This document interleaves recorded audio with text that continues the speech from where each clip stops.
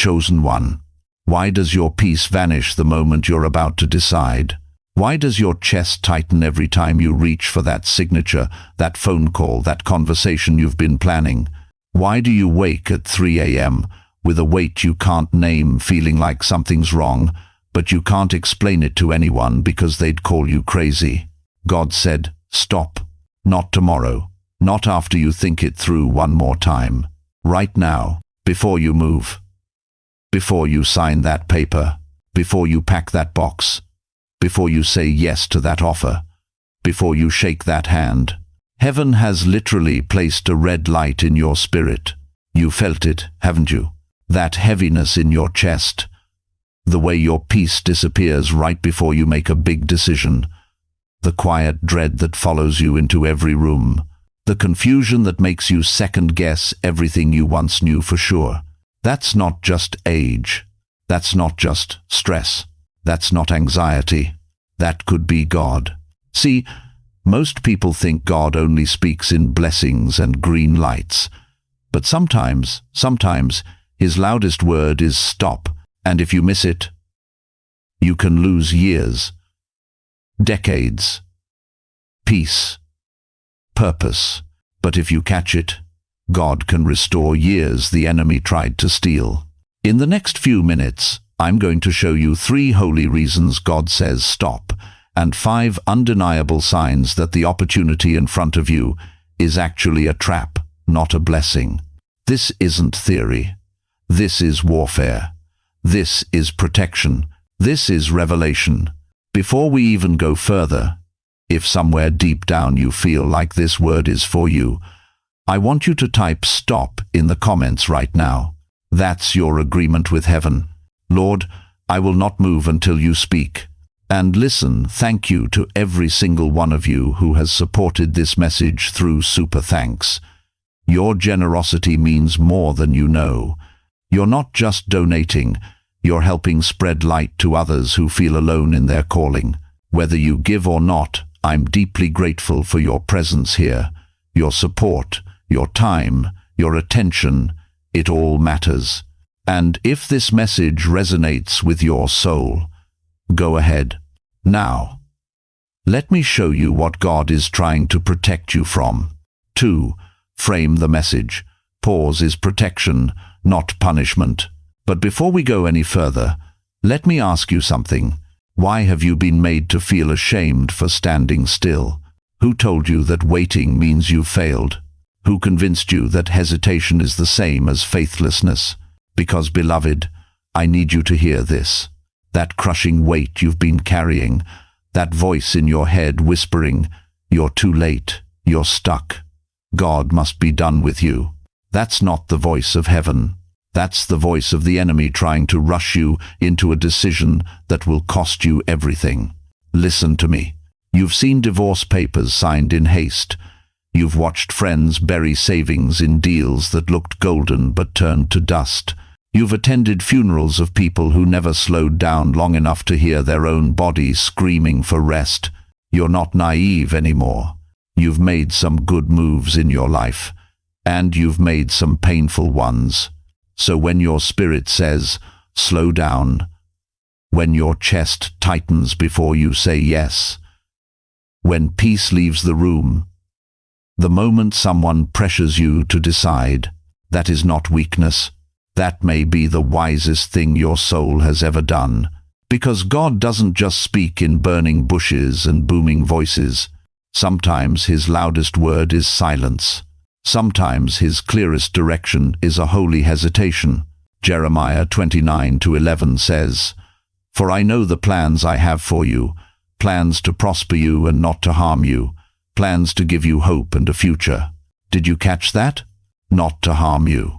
That means every time God says stop, He's not punishing you. He's protecting you. He sees what you can't see. He knows what's waiting around the corner, the trap dressed as opportunity, the relationship wrapped in flattery, the investment disguised as blessing. And because He loves you, because your life still matters to Him, because your future is still full of purpose, He steps in front of you like a father blocking traffic and says, not yet, not this, not them. Psalm 32:8 promises, I will instruct you and teach you in the way you should go.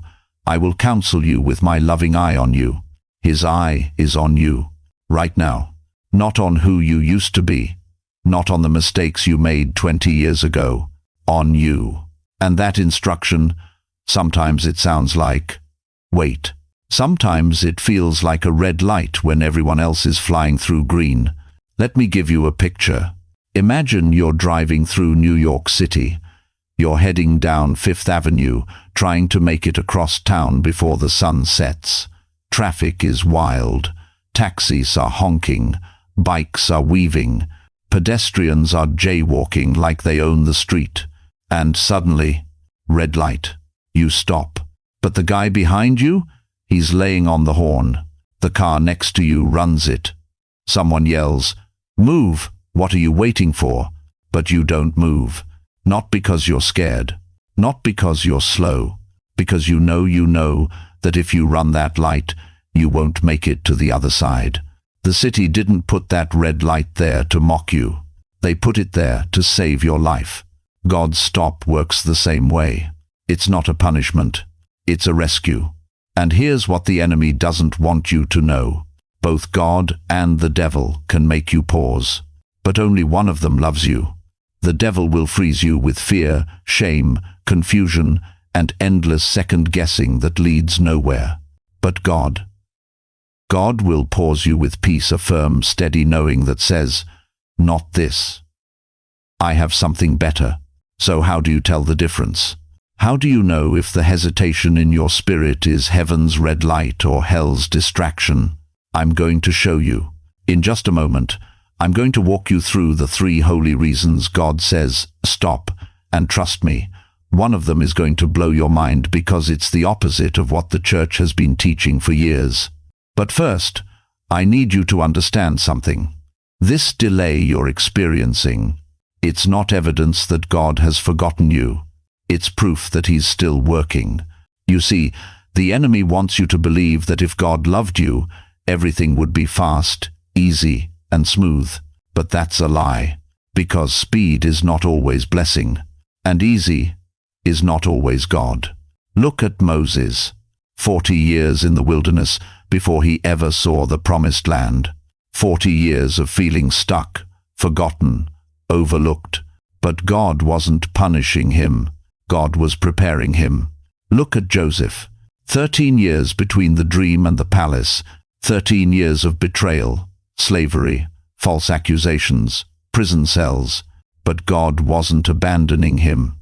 God was positioning him. Look at Jesus himself.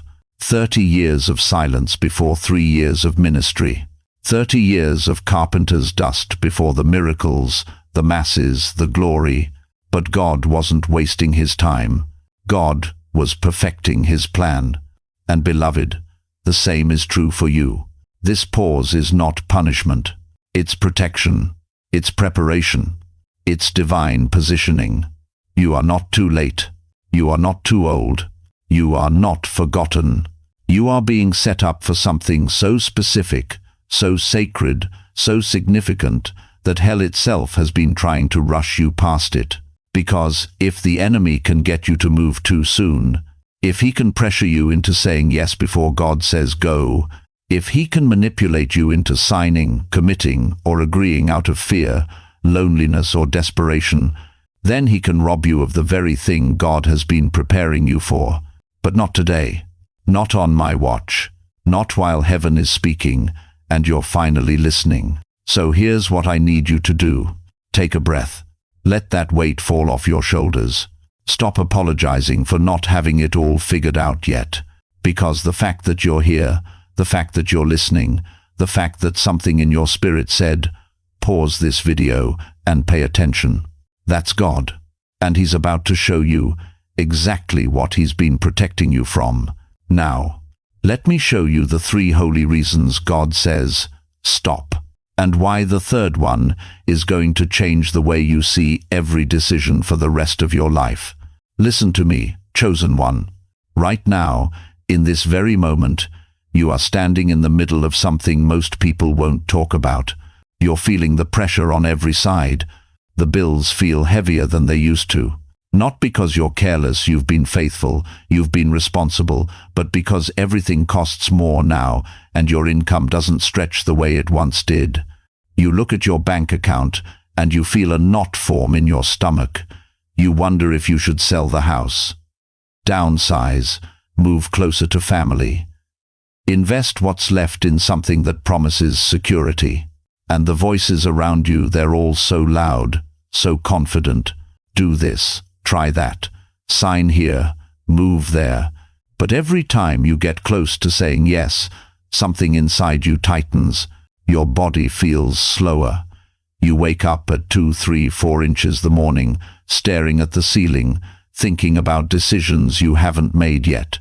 Your mind races, your chest feels heavy, and you lie there wondering if this is just age, just stress, just life catching up with you. But what if it's not?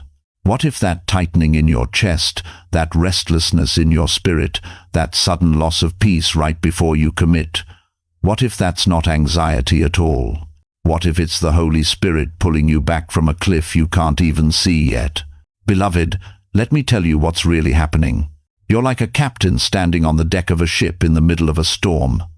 The waves are crashing, the wind is howling, and every voice around you is shouting, "Move, do something, steer left, turn right, drop the sails, raise the anchor." But sometimes, listen to me, sometimes, the safest thing you can do is drop anchor and refuse to move until the storm passes. Because not every wave is meant to be chased. Not every opportunity is meant to be seized. Not every open door is from God. Proverbs 19:2 says, "It is not good to have zeal without knowledge, nor to be hasty and miss the way." Did you catch that? Zeal without knowledge, passion without wisdom, movement without direction. That's what the enemy wants. He wants you moving so fast, so desperately, that you run right past the blessing God has been preparing for you. And right now, chosen one, you're being pressured from every direction. Your relationships feel more complicated than they've ever been.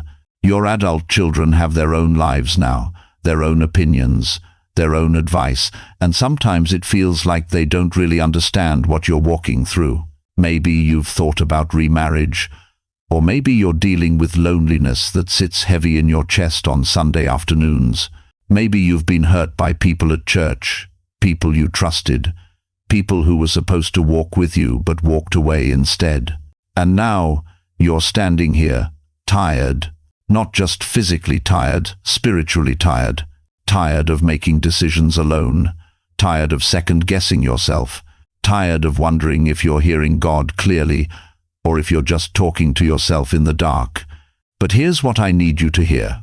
What if the fact that everything feels so confusing right now is not proof that God left you, but proof that heaven is rearranging the battlefield around you? Let that settle for a moment. What if the reason you can't see clearly yet is because God is moving pieces you can't see? What if the delay you're experiencing isn't denial, it's protection?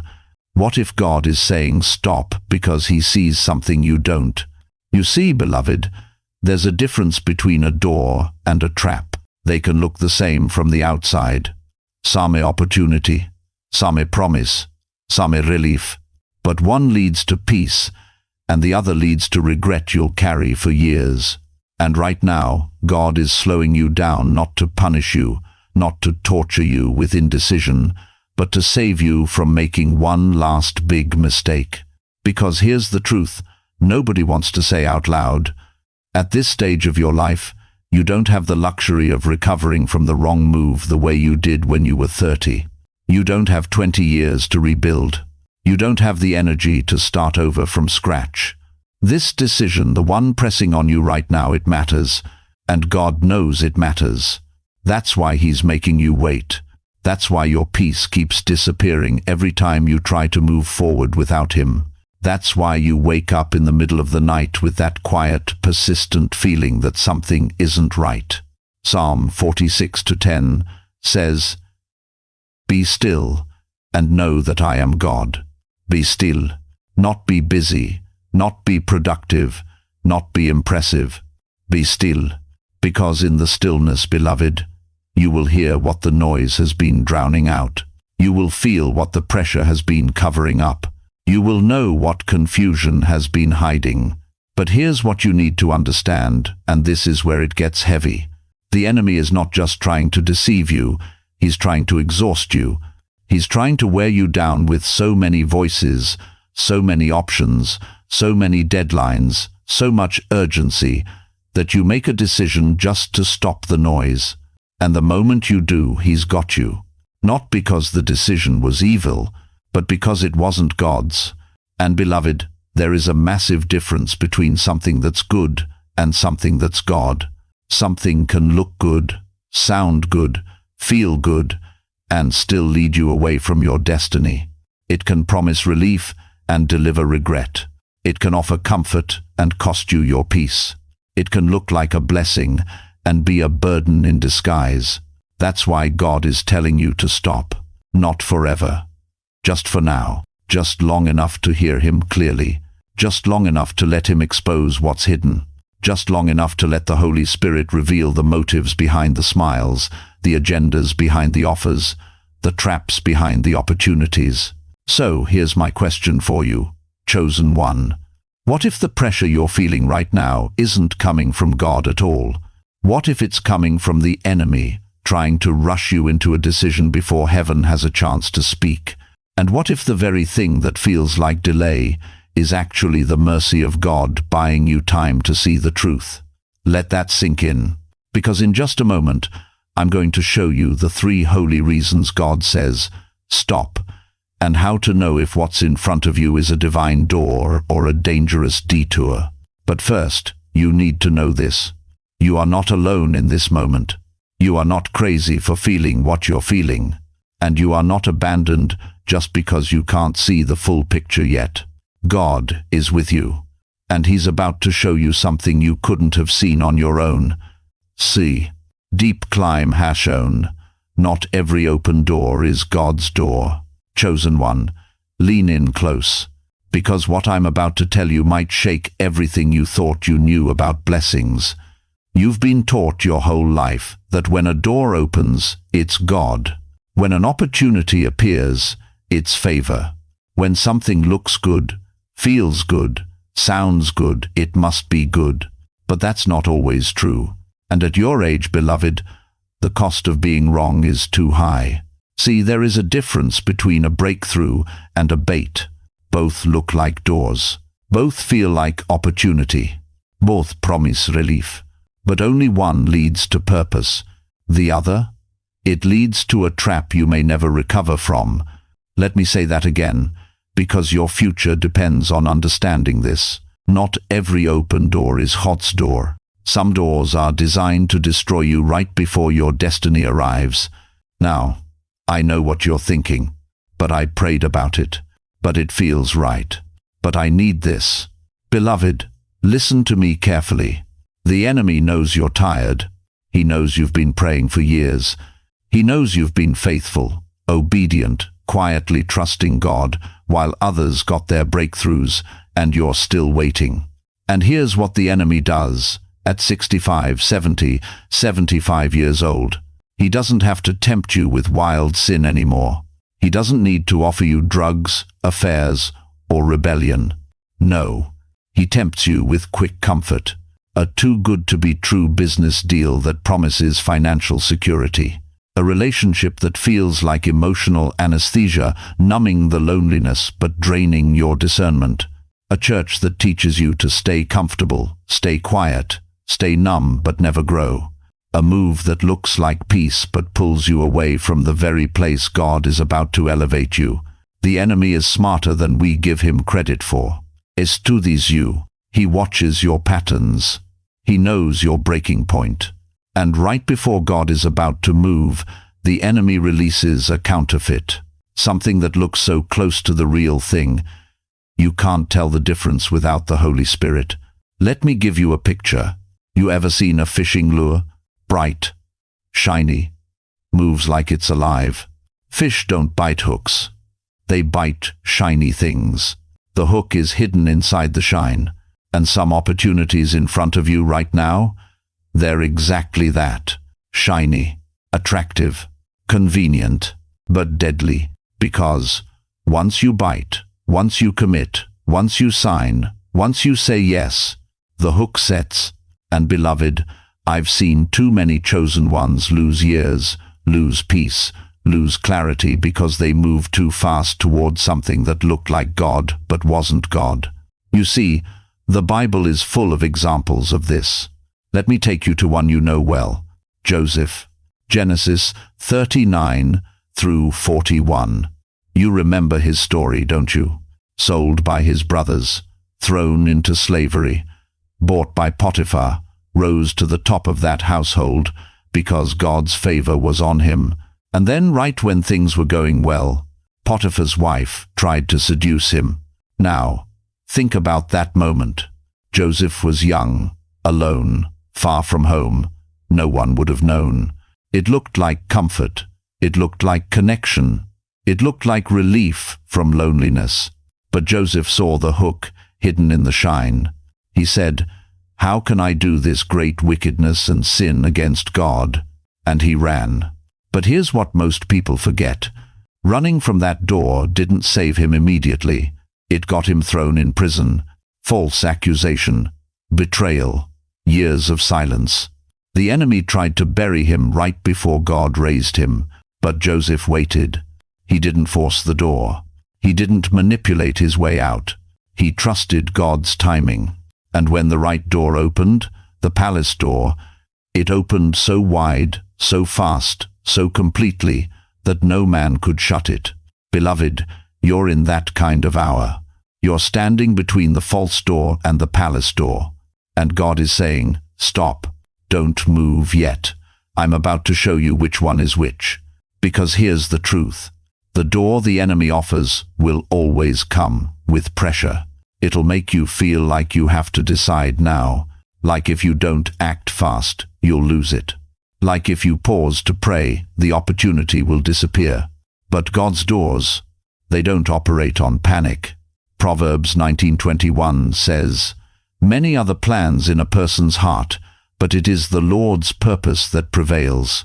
God's purpose doesn't need you to rush. It needs you to be aligned. Now, I'm about to give you something powerful. In just a few moments, I'm going to walk you through 5 clear signs that the door in front of you is bait, not blessing. 5 undeniable warnings that will help you discern whether this opportunity is from heaven or from hell's strategy room. But before we get there, I need you to do something. I need you to be honest with yourself, and I need you to be honest with God. Have you ever taken a door that looked like blessing but turned into disaster? Have you ever said yes too fast, signed too quickly, committed too soon, and spent years trying to undo the damage? If that's you, type in the comments right now, "I learned the hard way." Because your testimony might be the very thing that stops someone else from making the same mistake. Your pain has purpose. Your past has power.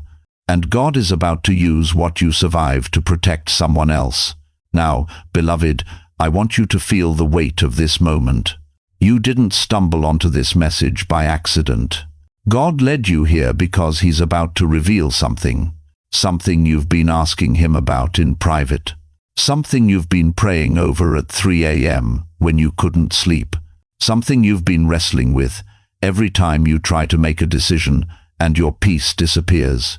God sees you, He hears you, and He's about to give you clarity that cuts through the confusion like light through darkness. But you have to be willing to hear it.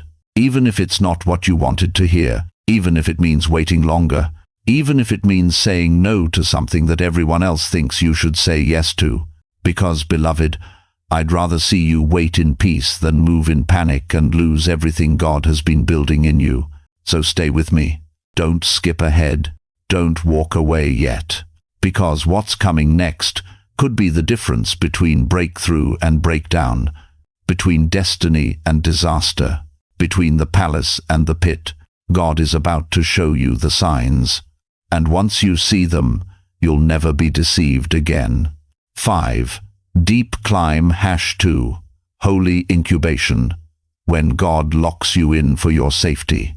Now, let me tell you about something most believers never talk about.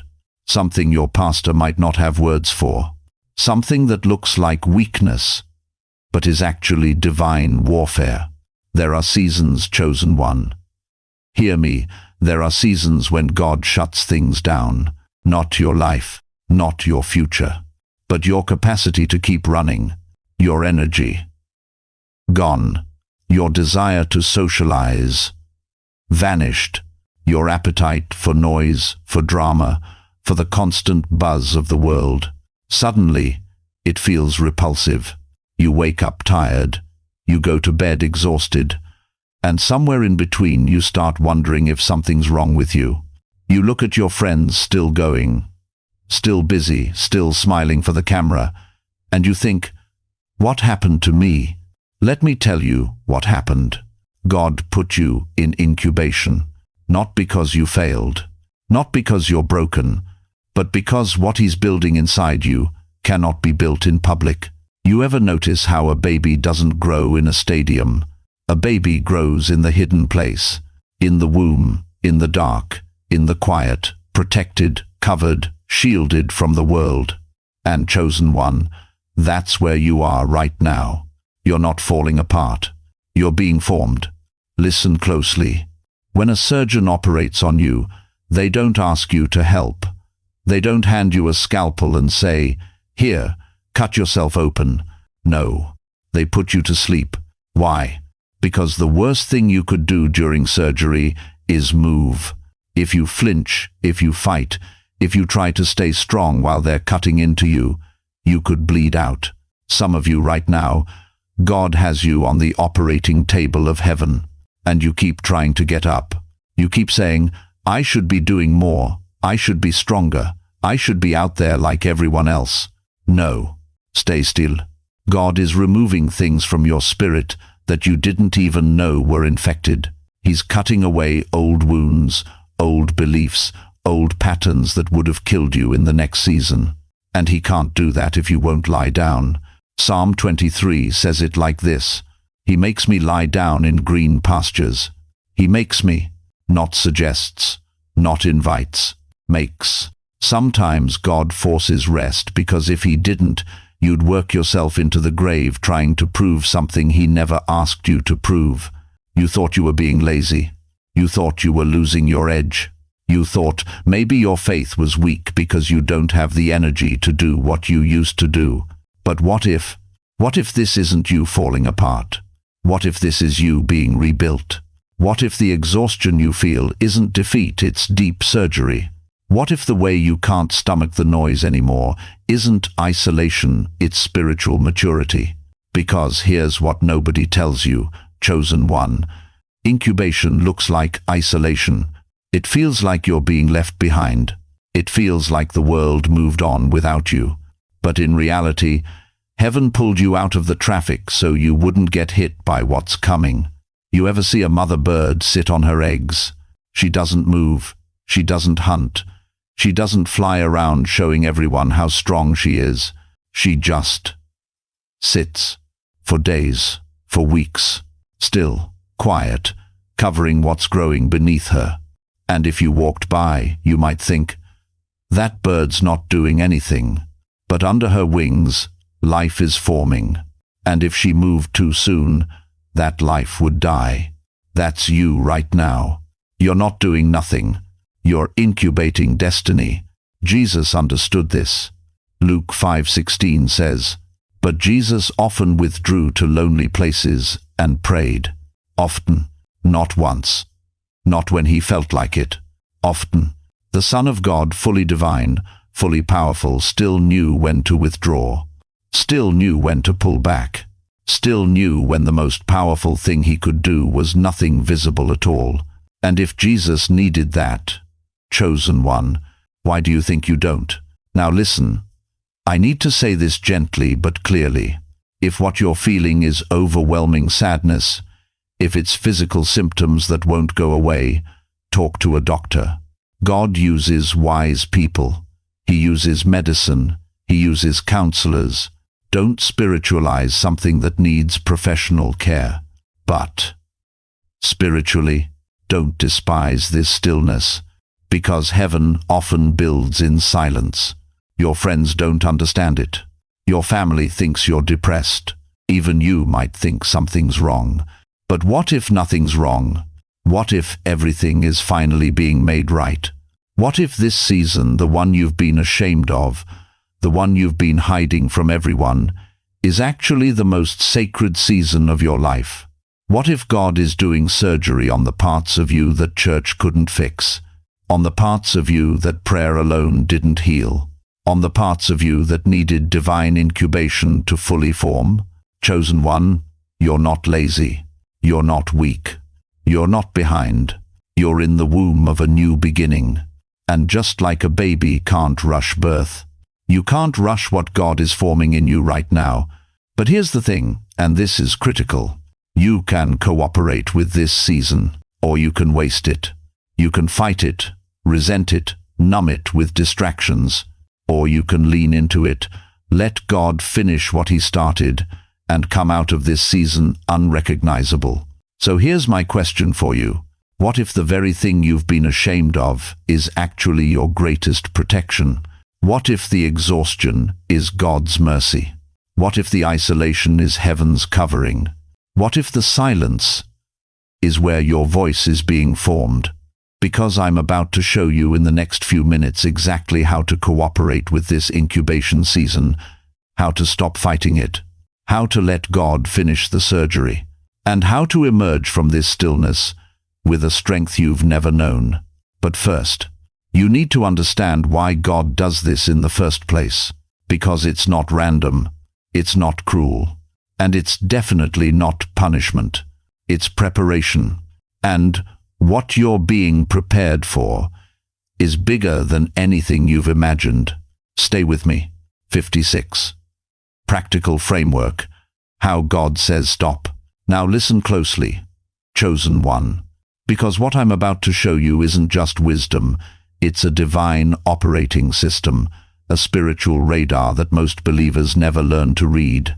And because they don't know how to hear God's stop, they run headfirst into decisions that cost them years, decades. Peace they'll never get back. But you're going to be different.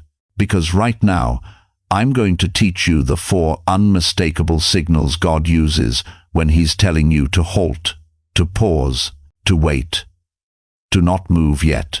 And here's what's terrifying. These signals are so subtle that most people miss them. They confuse God's voice with their own fear.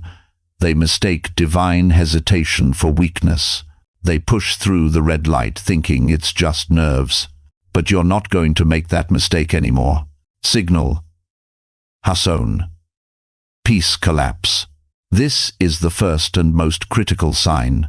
You had peace, real peace, the kind that settles in your chest and makes you breathe easier. You were fine, content, moving through life with clarity. But the moment, listen to me, the moment you said yes to that idea, that opportunity, that relationship, that business deal, your peace vanished. Like someone flipped a switch. Now there's tension. Now there's heaviness. Now you can't sleep. Now you're overthinking every angle, replaying every conversation, trying to logic your way back to calm. That is not coincidence. That is a divine check. Colossians 3:15 says, "Let the peace of Christ rule in your hearts." The word rule in Greek is brabouo. It means to act as an umpire, to make the final call, to say safe or out. Your peace is not just an emotion, it's an umpire. And when peace leaves the moment you commit to something, God is calling it out. He's saying, that's not the play I want you to make. Signal, Raute 2. Sudden confusion around one decision. Here's the thing about divine warning. It's specific. You were fine all day, clear-headed, strong. You handled problems at work, dealt with family, made decisions without second-guessing. But the moment you start thinking about that move, that relationship, that loan, that conversation, Suddenly your mind gets foggy. You can't think straight. You forget details. You feel mentally scrambled, like someone threw static into your thoughts. Why? Because 1 Corinthians 14:33 tells us, God is not the author of confusion. If confusion surrounds one specific decision, not your whole life, just that one thing that's not the enemy messing with your mind, that's God disrupting your clarity on purpose to stop you from moving forward. It's like spiritual turbulence. When a plane hits turbulence, the pilot doesn't panic. He recognizes it as a warning to adjust altitude, change course, slow down. Your confusion is not weakness.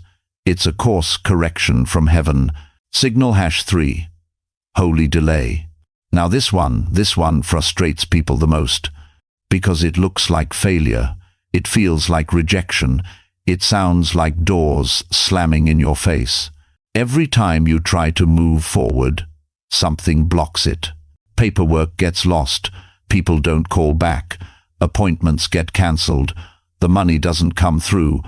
Doors that should open just don't.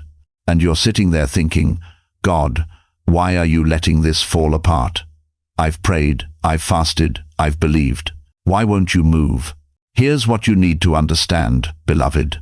Not every delay is spiritual warfare. Sometimes, listen to me, sometimes it's spiritual protection. Psalm 37:23 says, "The steps of a good man are ordered by the Lord." That word ordered doesn't just mean planned. It means arranged, set in sequence, timed with precision. God doesn't just care about where you go.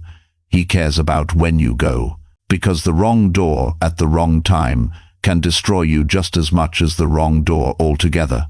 So, when everything stops, when the path you were certain about suddenly becomes blocked, when timing doesn't line up no matter how hard you push, stop pushing. God isn't punishing you, He's protecting you. Think about it like this. Sometimes planes circle the airport because the runway isn't clear yet. The pilot isn't lost. He's not confused. He's not doubting his destination. He's waiting for the right moment to land. You are not lost, chosen one. You are circling on purpose. God is holding you in a pattern until the conditions on the ground are safe for your arrival. Signal #4. Repeating nudges and scriptures. This last signal is quieter, subtler, but it's no less powerful. You keep seeing the same verse,